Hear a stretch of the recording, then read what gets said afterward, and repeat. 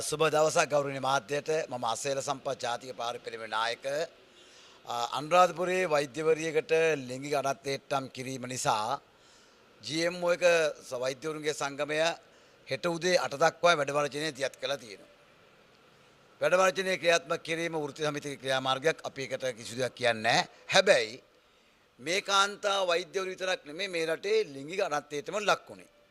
මේ රටේ අහිංසක මල් කැකුළු ඒ වගේම වයසක ආච්චිලා මේ කෙවල් වල තනිපංගල වෙන්නකොට මහමගදී නොයෙකුත් ආකාරයේ සමූහ දූෂණයට පවා ලක් වුණා. හැබැයි ඒ ක්‍රියාවලියදී අපි දැක්කේ නැහැ මේ රටේ වෛද්‍යවරු දෙවිවරු කියන කොට්ටාසය මේ සම්බන්ධ වැඩවර්ජනයක් ක්‍රියාත්මක කරනවා. දැන් මේ වැඩවර්ජන ක්‍රියාත්මක වලින් සැකකරු අත්තරන් ගැනීම සඳහා දැන් ඔහු අත්තරන් වරන් තියෙන්නේ. එමන හෙට උදේ 8 වෙනිකන් වැඩවර්ජනය කරන්නේ ඔහුගේ දෙමාපියත් අත්තරන් ගන්න කියලාද නැත්නම් ඔහුගේ දේපල පවර ගන්න කියලාද? කර යුතු කාර්යභාරය මේකයි. මේ වෙලාවේ පාර්ලිමේන්තුව මේ දවස්වල ක්‍රියාත්මක වෙන අයවැය.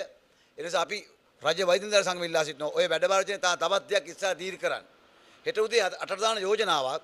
ඒ තමයි සමස්ත කාන්තාවන් ලිංගික හිංසනයට ලක් කරන, ඒ වගේම ඔවුන්ගේ ජීවිත හානි කරන මේ බරපතල මේ අසහනකාර මේ ස්ත්‍රී දූෂකයන්ට වහාම ඉතා කඩනම් නඩු තීන්දුවකින් මරණ දඬුවම ලබා දෙන්න කියන එක. ජනාධිපතිතුමා අසංගතය තියෙන කඹෙත් කියලා තියෙන මෛත්‍රීපාල මහත්තයා. කිසි අවුලක් නැහැ. හරිද? අපිත් එනකට සහාය ලබා දෙන්න.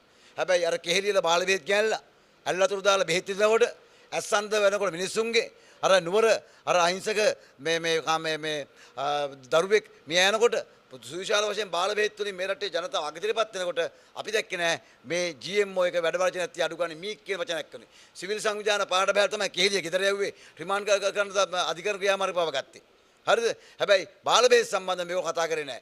මේගොල්ලෝ දැන් ඒ අනුරාධපුර වෛද්‍යවලට සිදුවෙච්ච එක අපි තරහ හෙලා දකිනවා. ඒ දූෂිතයන් අනිවාර්යයෙන්ම නීතිය ක්‍රියාත්මක වෙන්න ඕන. ඒ කිසි ගැටලුවක් නෑ. හැබැයි ඒ සිද්ධිය අල්ලගෙන අද සමස්ත රෝහල් වල වැඩවර්ජන කිරීම තරහ හෙලා දකිනවා. අද මගේ නෝනට පවා හුරුමාගම රෝහලෙන් වෙනත් දිනයක් හම්බෙලා තියෙන එකෝ එක ගන්න. ඒතර මගේ පිළිදෙ විතරක් නෙමෙයි සමස්ත රෝගීන් අද බරපතල පීඩාපත්‍ය තිබෙනවා. එක කාන්තාවකට තමයි ලිංගික අනත්තේට්ටම් වුණේ. හැබැයි මේ රටේ සමස්ත පුරවැසියාට අද බරපතල ගන්න යකතිර ලක් වුණා. මෙයාලගේ මේ වැඩවර්ජන ක්‍රියාවෙන් දා. ඉතින් අපි ආණ්ඩුවට කියනවා වැඩවර්ජන ඔස්තාරලානේ ආණ්ඩුවේ ඉන්නේ. මේවට ඕගොල්ලන්ගේ උත්තර මොනවද ඕගොල්ලන්ගේ? හරිද? වෛද්‍යවරු කියන්නේ දෙවිවරු. ඕගොල්ලන්ට දෙවියන්ට වගේ මිනිස්සු වැළකුවේ. හැබැයි පහුගිය කාලේ සිදුණු ක්‍රියාමාර්ගත් එක්ක ඕගොල්ලන්ට මිනිස්සු සුවිශාල ආකාරව සාප කරා. අපි අද දැක්ක මාධ්‍යයේ අර ප්‍රකාශන කරන ස්පිතාලේ රෝගීන් මොනතරම් සාප කරනවද? අද මේ ආර්ථික හමුවේ බස් වල ඇවිල්ලා නොකා නොබී බෙහෙත් ටික ගන්න මිනිස්සු ආපහු හැරලා යනවා නම් ඒක සහගන අපරාධයක් නෙමෙයිද? ඒ නිසා අපි මේ වෙලාව කියන කරුණා කරලා වැඩවර්ජනයේ තවත් දෙයක් ඉස්සරහ අරන් යන්න යෝජනාවක් කියන පාර්ලිමේන්තුවේ කියන කලිනෙමින් ඒ තමයි මේ ස්ත්‍රී දූෂණ කරනට වහාම මරණ දඬුවම ගේන්න කියන කඩිනම් කරලා තවත් දෙයක් ඉස්සරහ කරන් යන්න අපිත් වෙනකට සහයෝගය ලබා දෙන්න. හැබැයි අපි වෙන චෝදනා කරන ඕගොල්ලන්ට නිින්දෙන් ඇහැරලා ඕගොල්ලෝ මේක ඇහන්නේ අර කෙහිලි නබුක් කැල කරපු අපත වැඩ වලට ඕගොල්ලෝ මීක් නැතුව හිටියා. අන්න ඒ නිසා තමයි අපිට මේ සම්බන්ධව කතා සිදු වෙන නිසා මේ වැඩවර්ජන ඉස්සරහ අරන් ගිහිල්ලා සමස්ත කාන්තාවට මේ ලිංගික හිංසන ක්‍රියාවලියෙන් මේ සමස්ත සමාජය මුදව ගන්න නම් නීති බලවත් කරලා මරණ දඬුවම කියන යෝජනාව කියන අපි එක හෙලාම ඔබලාට සහාය ලබා දෙනවා කියන එක මේ අවස්ථාව මතක් කරනවා.